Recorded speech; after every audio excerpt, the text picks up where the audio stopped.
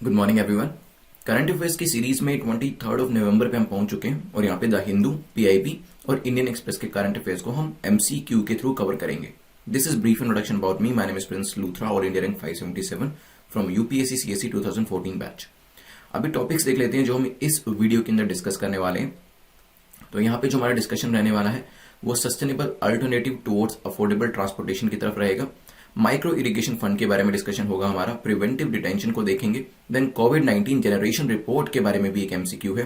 Then एक question हमारा world children's day के बारे में एंड देन लिंग्विस्टिक माइनॉरिटीज की डेफिनेशन के बारे में भी हम देखेंगे। Indian regional navigation satellite system जिसे IRNSS कहा जाता है, इसके ऊपर भी एक क्वेश्चन हम देखने वाले हैं। इसके बाद बोंडास के बारे में हम एक क्वेश्चन को डिस्कस करेंगे। देन नेशनल हेल्थ अथॉरिटी के बारे में एक एमसीक्यू हमने बनाया है और फाइनली 15th G20 समिट के बारे में हमारा डिस्कशन रहने वाला है। आपका कोई भी डाउट होता है तो आप मुझे टेलीग्राम कर सकते हैं @prince_luthra पे and I will try to reply that. तो इसके बाद अभी इंपॉर्टेंट चीज जो है वो है नए मेंबर्स को वेलकम कर लेना। तो रिसेंटली संजोता संजय धूमल ने, चेता बिनाक ने, इति मोदी ने, भावना ने और ज्योति ने हमारी जो प्री कम मॉक सीरीज है और वीडियो सीरीज है उनको ज्वाइन किया है। यूपीएससी मॉक टेस्ट सीरीज के अंदर फर्स्ट मॉक टेस्ट फ्री है। इसको आप exam.netmock.com पे जाकर अटेम्प्ट कर सकते हैं। इसका लिंक भी आपको नीचे डिस्क्रिप्शन में मिल जाएगा और वहां पे जाके आप फर्स्ट मॉक टेस्ट को तो जरूर अटेम्प्ट कर लीजिएगा। चलिए, स्टूडेंट्स की रिक्वेस्ट के ऊपर विंटर 50 कोड जो है इसको जनरेट किया गया है सो दैट आपको 50% डिस्काउंट मिल सके। काफी सारे स्टूडेंट्स ने कहा था कि फाइनेंशियली वो सीरीज को अफोर्ड नहीं कर सकते, प्री कम मेन सीरीज को, दैट्स वाई 50% डिस्काउंट जो है वो कुछ टाइम के लिए दिया गया। तो इसका टाइम पीरियड भी डिफाइन नहीं किया गया, सो आप जितनी जल्दी हो इस डिस्काउंट को यूज कर लीजिएगा। 6 से ज्यादा क्वेश्चन जो होते हैं अगर आपके करेक्ट होते हैं then you are in the safe zone. Less than 6 अगर आपके क्वेश्चन करेक्ट होते हैं देन आपको दोबारा से इस वीडियो को देख लेना चाहिए और इन क्वेश्चंस को अटेम्प्ट कर लेना चाहिए। आज के पहले क्वेश्चन पे चलते हैं जो कि sustainable alternative towards affordable transportation को लेकर है, जिसे शॉर्ट में कहा जाता है सतत। अब देखिए, अगर मेंस में क्वेश्चन पूछा जाता है ऑल्टरनेटिव टुवर्ड्स अफोर्डेबल ट्रांसपोर्टेशन के ऊपर या फिर अफोर्डेबल ट्रांसपोर्टेशन के ऊपर, वैसे क्वेश्चन जो आएगा वो ट्रांसपोर्टेशन के ऊपर ही आएगा। जहां पे आप ग्रीन ट्रांसपोर्टेशन की बात करेंगे साथ में आप सतत को भी जरूर मेंशन करिएगा। चलिए, यहां पे 3 स्टेटमेंट्स हैं, आपसे पूछा बताइए कौन सी स्टेटमेंट आपकी करेक्ट है। पहली कहती है it is an effort that would benefit both vehicle users as well as farmers and entrepreneurs. ये जो है किस किस को हेल्प करने वाला है? व्हीकल यूजर्स को, फार्मर्स को और एंटरप्रेन्योर्स को। May be second, compressed biogas plants are propose to be setup mainly through independent entrepreneurs. इसमें क्या होगा, कंप्रेस्ड बायोगैस प्लांट्स जो होंगे उसको प्रपोज किया गया कि उसको सेटअप किया जाएगा किसके द्वारा? इंडिपेंडेंट एंटरप्रेन्योर्स के द्वारा। और इसे MNRE that is ministry of new and renewable energy के द्वारा लॉन्च किया गया है। सोचिए, फिर इसको डिस्कस करते हैं। चलिए देखिए, अभी सतत न्यूज में क्यों था, क्योंकि रिसेंटली हमारे जो ऑयल मिनिस्टर है मिस्टर धर्मेंद्र प्रसाद, उन्होंने कहा है कि India will invest 2 lakh crore. 2 lakh crore किसमें इन्वेस्ट किया जा रहा है? 2 lakh crore will be invested in setting up. 5000 plants को सेटअप किया जाएगा और ये प्लांट्स क्या करेंगे? ये प्लांट्स प्रोड्यूस करेंगे gas from bio and crop waste. जो आपकी बायो वेस्ट होता है, जो क्रॉप आपकी होती है, उससे जो वेस्टेज निकलता है उससे गैस को प्रोड्यूस किया जाएगा। इस वजह से 2 लाख करोड़ से 5000 प्लांट्स को एस्टैब्लिश करने की बात करी गई है। इस वजह से सतत प्रोग्राम भी न्यूज में था। इनिशिएटिव जो है वैसे इसको अक्टूबर 2018 में लॉन्च कर दिया गया था और इसे लॉन्च किया गया था ministry of petroleum and natural gas के द्वारा। इसी वजह से स्टेटमेंट भी हमारे oil minister mister Dharmendra Pradhan ने यहां पर दी है। और ये जो लॉन्च किया गया था इसके अंदर काफी सारी PSUs जो थी वो भी इंक्लूडेड थी, जैसे कि ऑयल मार्केटिंग कंपनीज थी इसके अंदर, Indian oil corporation, Bharat petroleum corporation भी इसके साथ साथ HPCL भी इसके अंदर इंक्लूडेड थी। तो ये जो प्रोग्राम है MNRE का नहीं है और ये सबसे इंपॉर्टेंट स्टेटमेंट थी जिसे हम कहते हैं क्रूशियल स्टेटमेंट, जो आपको कुछ ही क्वेश्चन के अंदर मिलेगी और अगर आप इसे एलिमिनेट कर देते हैं तो सीधा ही आप अपने आंसर पे पहुंच जाएंगे। तो BCD एलिमिनेट हो गई। इट मींस पहली जो स्टेटमेंट है, यस, इससे क्या होगा, व्हीकल यूजर्स को भी फायदा होगा, फार्मर्स को भी फायदा होने वाला है क्योंकि उनका बायो वेस्ट यूज होगा यहाँ पे, और एंटरप्रेन्योर्स को भी यहाँ प्लांट लगाने की अपॉर्चुनिटी मिल रही है। तो तीनों का यहाँ पे फायदा देखने को मिल रहा है। इसके अंदर बायोगैस प्लांट्स बनाए जाएंगे। तो यस, यही चीज अभी हमने बात करी कि 2 लाख करोड़ रुपए दिया जा रहा है हेल्प के तौर पर, इन्वेस्टमेंट के तौर पर, और यहाँ पे 5000 प्लांट्स बनाने की बात करी गई है। क्वेश्चन एग्जाम में इस तरीके से भी पूछा जा सकता है कि सतत प्रोग्राम के अंदर जो गैस प्रोड्यूस करी जाएगी उसके अंदर कौन कौन सा वेस्ट यूज किया जाएगा। तो देखिए, इसके अंदर म्यूनिसिपल वेस्ट तो यूज किया ही जाएगा, साथ साथ में इसके अंदर एग्री वेस्ट जो भी हमने क्वेश्चन में देखा है, एग्रीकल्चर से आने वाला वेस्ट, म्यूनिसिपल वेस्ट जो आपके और हमारे घरों से इकट्ठा किया जाता है, उसका इस्तेमाल भी सतत प्रोग्राम के अंदर किया जाएगा। फॉरेस्ट का जो वेस्ट होता है, एनिमल हस्बेंड्री का, या फिर इवन मरीन वेस्ट जो होता है, ये सभी वेस्ट प्रोडक्ट जो है वो यूज किए जाएंगे गैस को प्रोड्यूस करने के लिए। तो ध्यान रखिएगा कौन कौन से वेस्ट यूज किए जा रहे हैं। आपका म्यूनिसिपल वेस्ट है, एग्रीकल्चर वेस्ट है, एनिमल हस्बेंड्री का वेस्ट है, मरीन वेस्ट है, ये सभी वेस्ट को, इवन फॉरेस्ट वेस्ट को भी यूज किया जाएगा। हमारा आंसर यहां पे आपको पता है। चलते हैं नेक्स्ट क्वेश्चन के ऊपर। क्वेश्चन नंबर 2 बात करता है माइक्रो इरिगेशन फंड के बारे में। पूछा गया माइक्रो इरिगेशन फंड के बारे में बताएं कौन सी स्टेटमेंट यहां पर सही है, कौन सा कथन यहां पर सही है। पहली स्टेटमेंट कहती है it's a 5000 crore fund with national bank for agriculture and rural development. ये जो 5000 करोड़ का फंड है किसके साथ है? नाबार्ड के साथ है। हो सकता है नोडल एजेंसी इसके अंदर जो माइक्रो इरिगेशन फंड है वो मिनिस्ट्री ऑफ जल शक्ति है। It also may be possible the government has set the target of covering 100 lakh hectare in 5 years under micro irrigation. Micro irrigation के अंदर जो सरकार है उसका टारगेट यह है कि 100 लाख हेक्टेयर को कवर किया जाएगा लैंड को। कितने सालों के लिए? 5 सालों के अंदर। सोचिए फिर डिस्कस करते हैं। चलिए देखिए कनेक्ट करके देखते हैं। माइक्रो इरिगेशन फंड के बारे में बात करेंगे, इट मींस कहीं ना कहीं माइक्रो इरिगेशन को सपोर्ट करने के लिए फंड लाया गया होगा। ठीक है, सही बात है। और माइक्रो इरिगेशन हमारा किससे रिलेट करता है? पर ड्रॉप मोर क्रॉप। ये सब चीजें आपको मेंस में लिखनी है। पर ड्रॉप मोर क्रॉप ये प्रधानमंत्री KSY जो आपका मिशन है उसके अंडर में आता है। ठीक है, तो यहां पे जब भी मेंस में लिखेंगे, जब भी पढ़ाई करते हैं तो इस तरीके से कनेक्ट करके चलिए ताकि मेंस में भी जब आप आंसर लिख रहे हो ना तो माइक्रो इरिगेशन फंड की बात करी जाए तो आपको समझ में आना चाहिए कि माइक्रो इरिगेशन की बात हो रही है, इट मींस पर ड्रॉप मोर क्रॉप की बात हो रही है और प्रधानमंत्री किसान सिंचाई योजना भी इससे एसोसिएट करता है। ठीक है, अब आते हैं अपने क्वेश्चन के ऊपर वापस। तो यहां पे 5000 करोड़ के फंड की बात करी गई है नाबार्ड के साथ। यस, जो इंस्टीट्यूशन यहां पे इन्वॉल्व है नाबार्ड ही है, तो पहली स्टेटमेंट हो जाती है ठीक।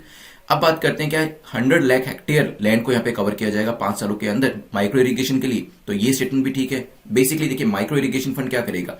माइक्रो इरिगेशन फंड जो स्टेट को फैसिलिटेट करेगा इंटरेस्ट सबवेंशन के अंदर। तो पैसा जो है कम दामों में किसको प्रोवाइड किया जाएगा? Objective of the fund is to facilitate states, ताकि स्टेट्स को कम अमाउंट पे लोन मिल सके और फिर आगे जो स्टेट्स हैं वो फार्मर्स को हेल्प कर सके, जो भी फार्मर्स माइक्रो इरिगेशन सिस्टम को इंस्टॉल करना चाहते हैं अपने खेतों के अंदर। ठीक है, तो यहां पे 5000 करोड़ का फंड है, बिल्कुल सही है। और इसके अंदर से अराउंड 1700 करोड़ तो ऑलरेडी नाबार्ड रिलीज भी कर चुका है वेरियस स्टेट्स को और आगे जाके वो किसानों को मिल गया होगा और उन्होंने micro irrigation system hopefully install कर दिए होंगे।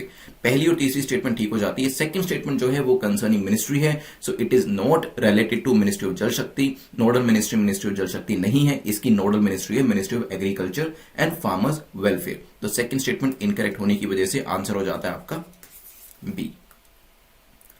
चलिए, तो माइक्रो इरिगेशन फंड के बारे में भी हमने पढ़ लिया। चलते हैं क्वेश्चन नंबर 3 के ऊपर जो कि प्रिवेंटिव डिटेंशन को लेकर है। प्रिवेंटिव डिटेंशन न्यूज में था, वैसे तो ये है क्या इंडियन पॉलिटी का एरिया है, लेकिन मैंने आपको बताया है स्टैटिक में जो भी चीज करंट अफेयर्स में मेंशन करी होती है वो आपके एग्जाम के लिए बहुत ज्यादा इंपॉर्टेंट हो जाती है। तो अगर पिछले 12 से 24 महीनों की कोई भी न्यूज, चाहे वो इंडियन पॉलिटी को लेकर हो, ज्योग्राफी को लेकर हो, हिस्ट्री को लेकर हो, दे रखी है तो कहीं ना कहीं उसके एग्जाम में आने के चांसेस बन जाते हैं।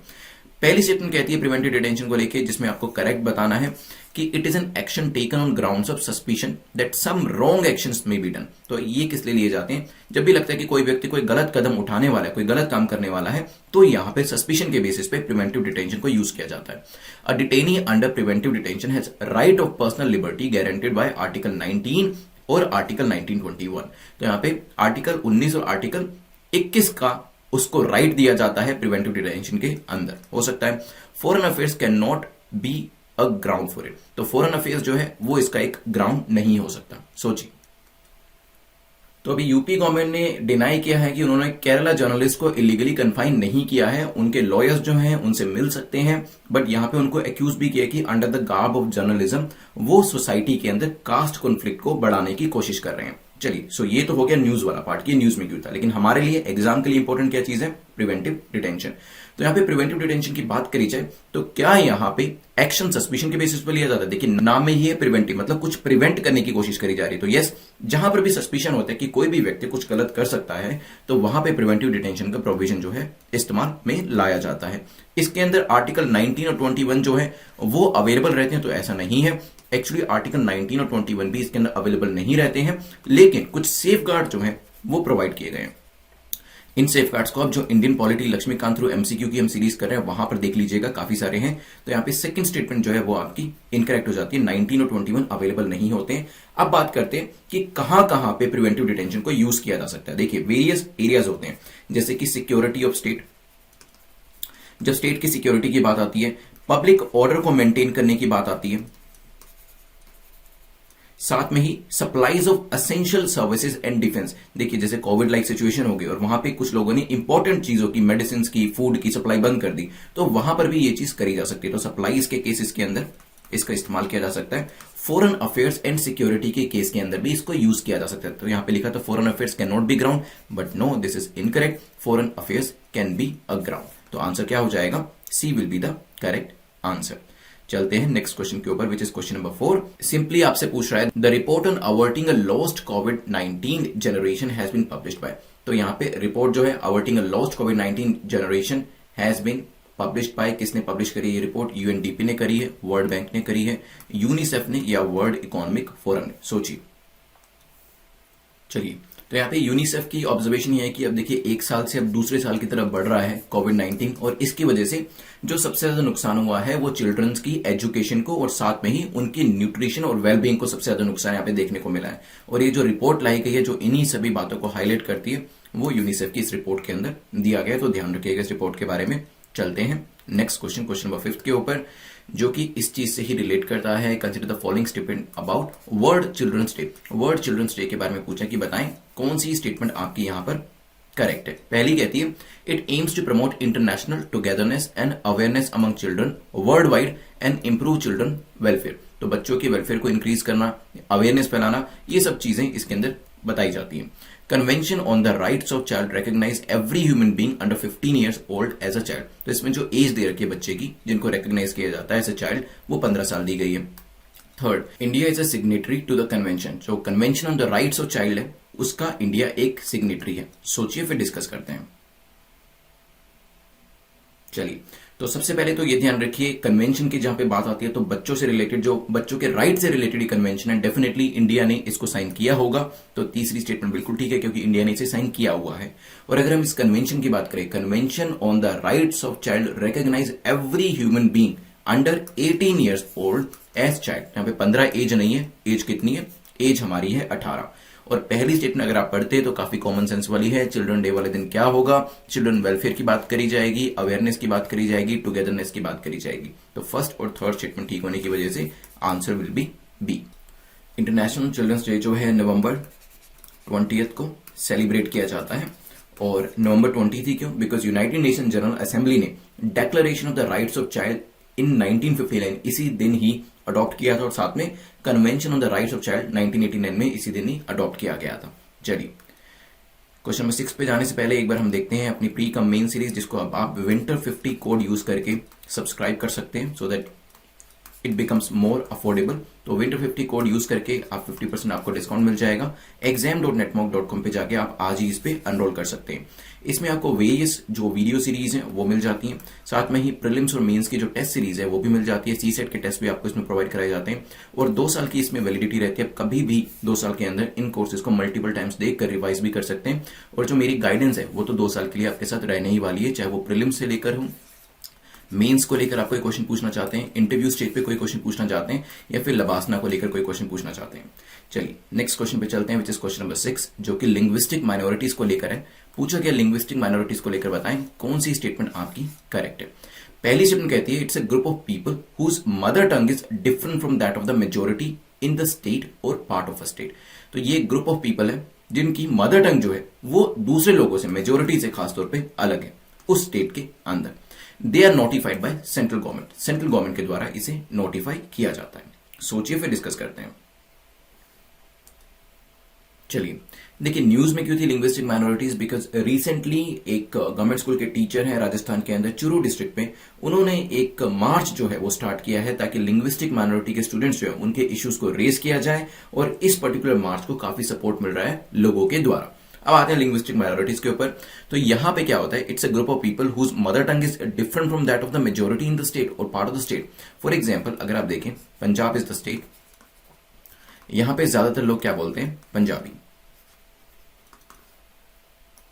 और मान लीजिए परसेंटेज जो है ये हो जाती है 60%, और 30% लोग बोलते हैं हिंदी, और मान लीजिए कि 5% लोग बोलते हैं उड़िया।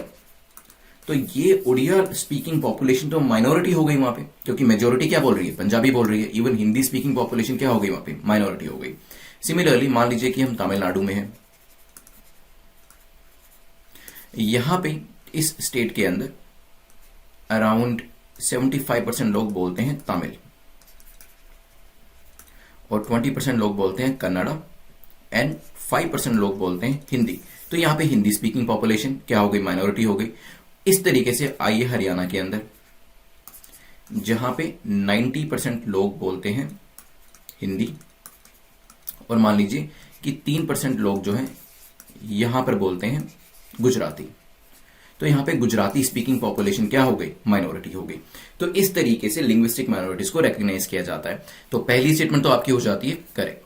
अब बात करते हैं कि क्या इनको सेंट्रल गवर्नमेंट की तरह नोटिफाई किया जाता है। देखिए, जो आपकी रिलीजियस माइनॉरिटीज होती है ना, रिलीजन अगर आप देखें पैन इंडिया बेसिस पे, रिलीजन का कोई बॉर्डर नहीं है।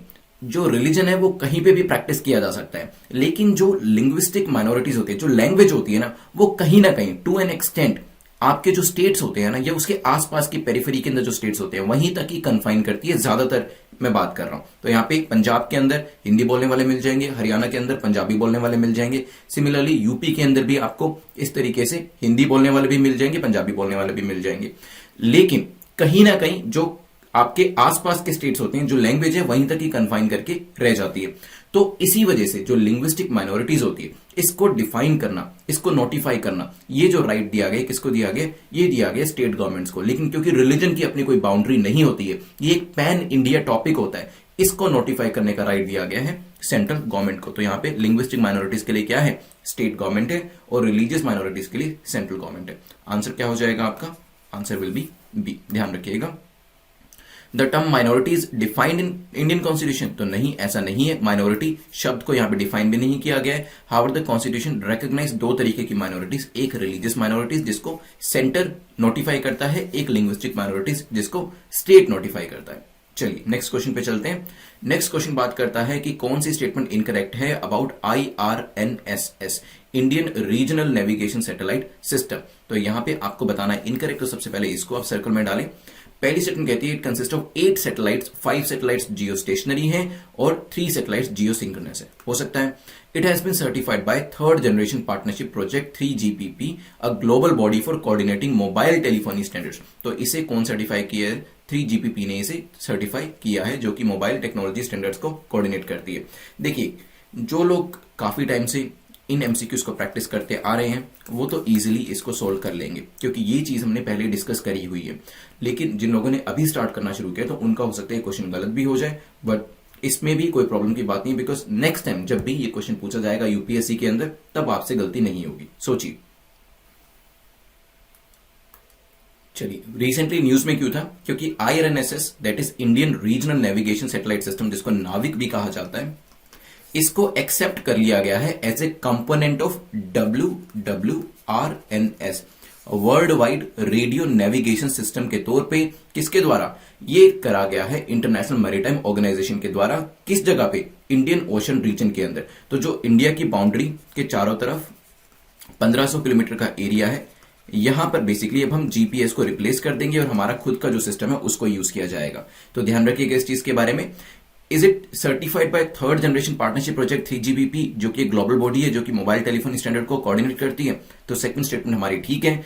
अब पहली स्टेटमेंट को लेके, क्या इसके अंदर 8 सैटेलाइट्स हैं जिसमें से 5 जियो स्टेशनरी हैं और 3 जियो सिंक्रोनस हैं? तो नहीं, इसके अंदर कितनी सैटेलाइट्स हैं? 7 इसमें सैटेलाइट्स हैं। मेरे को आप बताइएगा कितनी जियो स्टेशनरी है और कितनी जियो सिंक्रोनस है, क्योंकि ये चीज हमने डिस्कस करी हुई है। नहीं भी आ तो कोई बात नहीं, गूगल करके कॉमेंट सेक्शन में आप ये चीज मुझे जरूर बताएंगे कि जियो स्टेशनरी सैटेलाइट्स कितनी है और जियो आपकी सिंक्रोनस कितनी सैटेलाइट्स हैं इस पर्टिकुलर प्रोजेक्ट के अंदर। तो आंसर क्या हो जाएगा हमारा, आंसर विल बी, क्या बताना था, इनकरेक्ट बताना था। तो फर्स्ट स्टेटमेंट इनकरेक्ट है, आंसर विल बी बी। चलिए नेक्स्ट क्वेश्चन पे चलते हैं। क्वेश्चन नंबर 8 क्या बात करता है? क्वेश्चन नंबर 8 जो है ट्राइब के बारे में है। पूछा गया बोंडास के बारे में बताएं कौन सी स्टेटमेंट आपकी करेक्ट है, कौन सा कथन आपका सही है।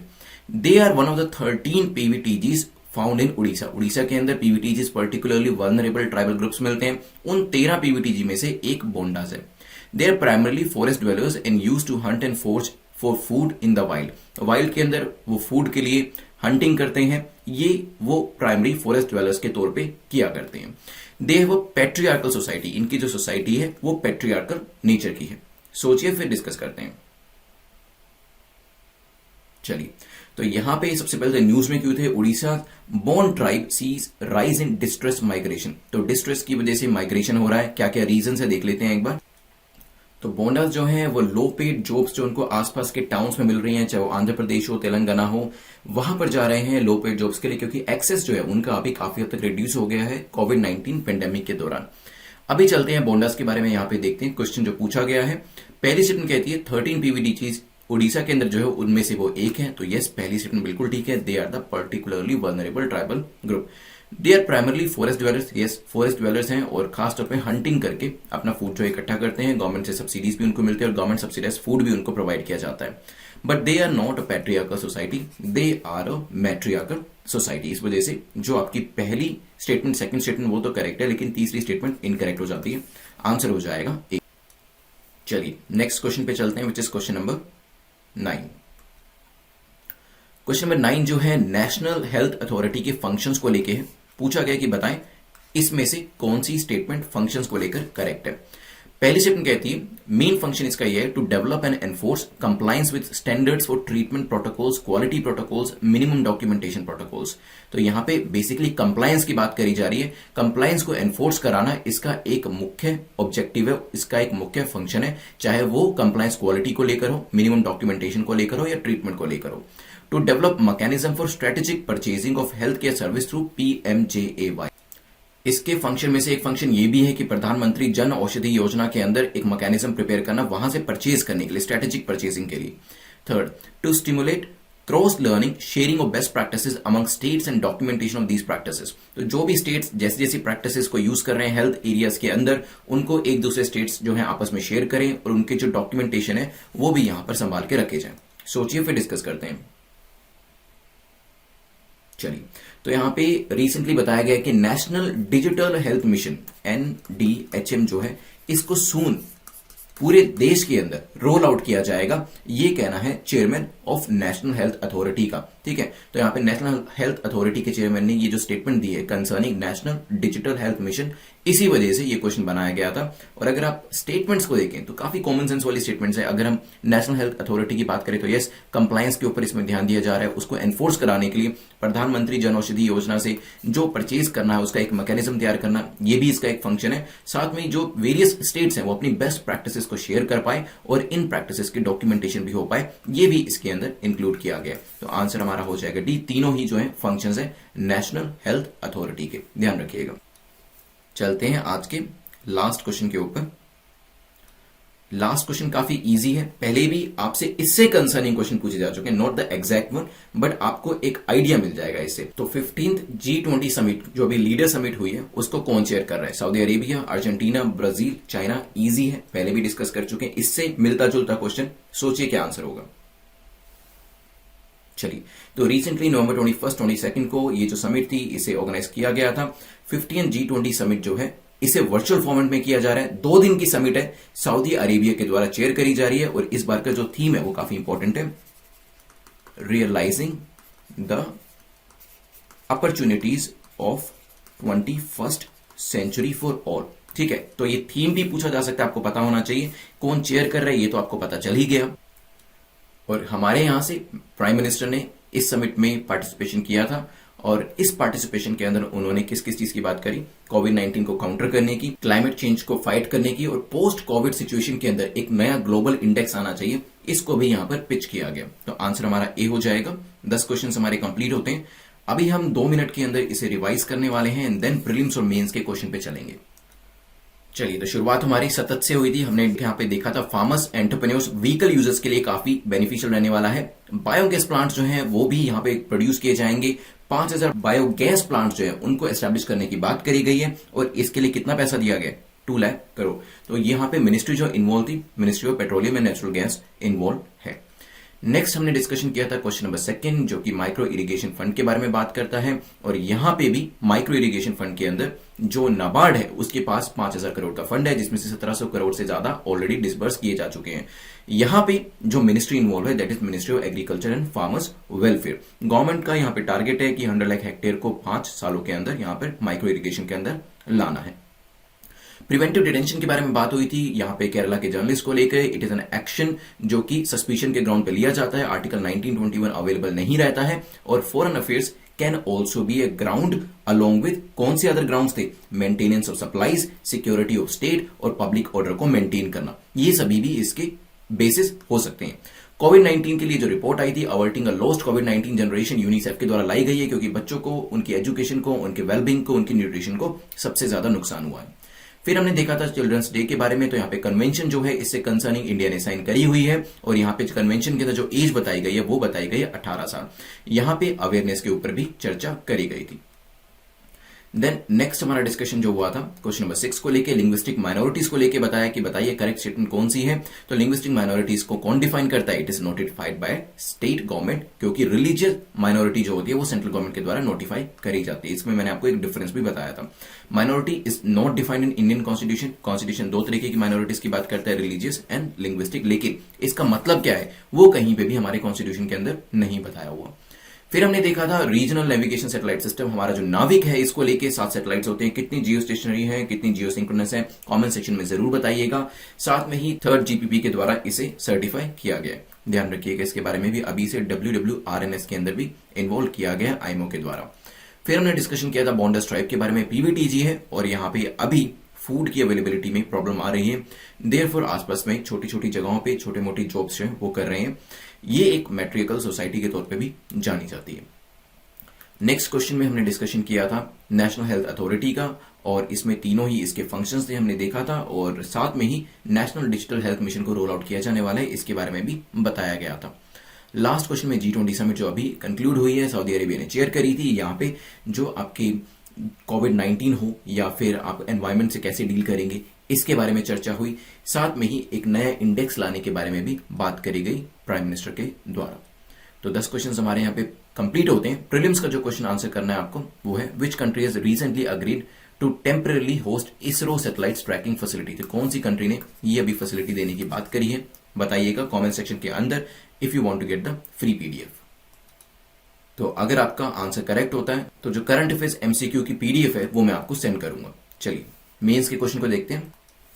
मेंस क्वेश्चन के अंदर आपको आंसर करना है कोविड-19 has impacted the entire world. कोविड-19 की वजह से सभी को परेशानी हुई है, पूरी दुनिया जो है इससे इंपैक्ट हुई है, लेकिन जो बच्चे हैं उन पे किस तरीके का इंपैक्ट डाला है इस पेंडेमिक ने, और क्या ऐसे मेजर्स लिए जा सकते हैं कि जो लॉस हुआ है बच्चों का उसकी भरपाई कैसे करी जा सकती है। इसका आंसर मुझे आप बताइएगा, आप netmock.com पे सबमिट करिएगा इसका आंसर, और चाहे तो मुझसे भी वैलिड करा सकते हैं। जो लास्ट टाइम क्वेश्चन पूछा था उसका करेक्ट आंसर श्री चौधरी ने दिया है, तो आप हमें बता दीजिएगा @prince_लूथरा के ऊपर टेलीग्राम करके बता दीजिएगा कि आपको जो PDF जो आपने जीती है जिसका करेक्ट आंसर आपने किया था वो इंग्लिश में चाहिए या हिंदी में। कमेंट सेक्शन में मार्क्स लिखने बहुत जरूरी है, मार्क्स जरूर लिखेगा आपने, चाहे कितना भी आपने स्कोर क्यों ना किया हो, ताकि आगे आने वाले टाइम में आप अपने मार्क्स को इंप्रूव होता देख पाए। इस जो लेक्चर है इसकी PDF आपको टेलीग्राम के ऊपर मिल जाएगी, वहां से आप इसे ले लीजिएगा, और चाहे तो अपने डाउट्स भी मुझसे टेलीग्राम के ऊपर पूछ सकते हैं। बेल आइकन को प्रेस कर दीजिएगा, उसके बाद ऑल बटन को जरूर प्रेस कर दीजिएगा, ताकि आपको जो हम कल्चर के, इकोनॉमी के जो हमने MCQs डालने शुरू किए हैं, अब जो NCERT के MCQs भी हैं, उसका नोटिफिकेशन आपको मिलता जाए, वो आपसे मिस ना हो। Thanks for watching, see you tomorrow.